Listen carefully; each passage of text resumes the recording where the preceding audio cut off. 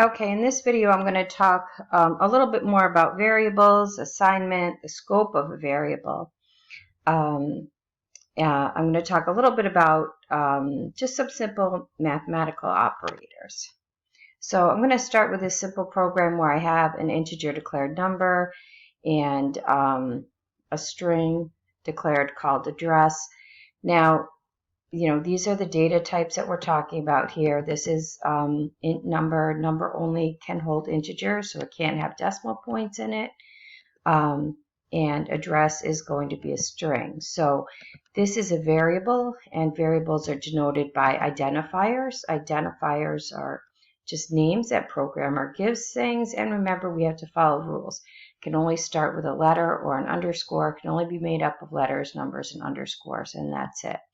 And these are also case sensitive, right? So this is different than this, right? You have to be really careful with that. So I've declared two variables, and I can come down here and I can assign a value in that variable like this.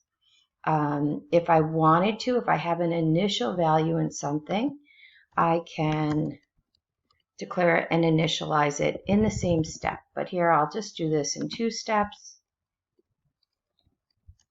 And this is just, here's the college address.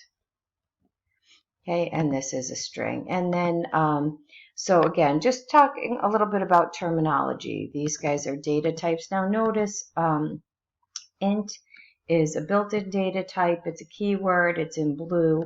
String is often not in blue because it really comes from the string library. And as I said before, some compilers require you to include the string library, some don't. It doesn't hurt to have it in there. If you include more than one, have more than one include statement, the order doesn't matter either. But string comes from this particular library, so it's not really built into the programming language, and that's why this is in a different color. And then, of course, we can output the number. And maybe I'll put a little space in here, and then the address. And I'll run that. Right, 3111 Saunders Settlement Road. All right. So it's important to know that the scope of the variable is the point in the program where it's declared and after that. So the programs are sequential in nature. Once this has been declared, it can be used. So if I was to do this, right, we get a message on this undeclared identifier number because it doesn't know what number is because you haven't declared it at this point in the program. So the scope of the variable is the portion of the program in which that variable has meaning.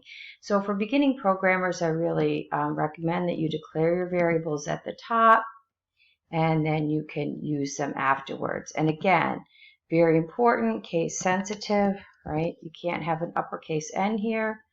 That's completely different. You can't have spaces in your identifiers.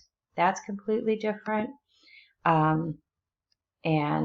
So let's just take a look at another example. So I'm going to make a double variable here. I'll just call it total.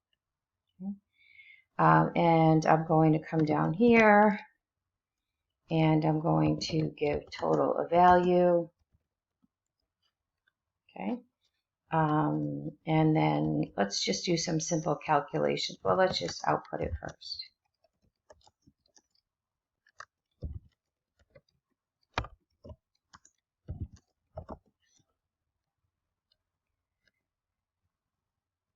All right, so here we see total is 5.5.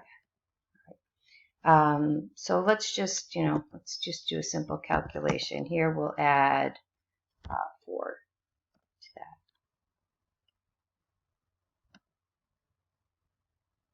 And here we'll see it's 9.5. All right. Or you can use multiplication.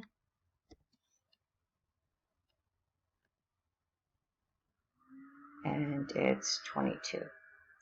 And just notice that the numbers, if it doesn't have any place, has its 0.0 at the end of the calculated value, you won't see the point, you won't see the 0. We'll learn more about that in the next chapter. Or I could say like total is, let's say 1.5 times, and I can use my variable number if I want to, right, which is 3111. So that'll do that calculation for me. So in your calculations, right, you can use literals, right, just like numbers. You can use variables, and that'll take the value of that variable and perform the calculation on it. So it's personal preference. But what you can't do, don't be doing your calculations up here.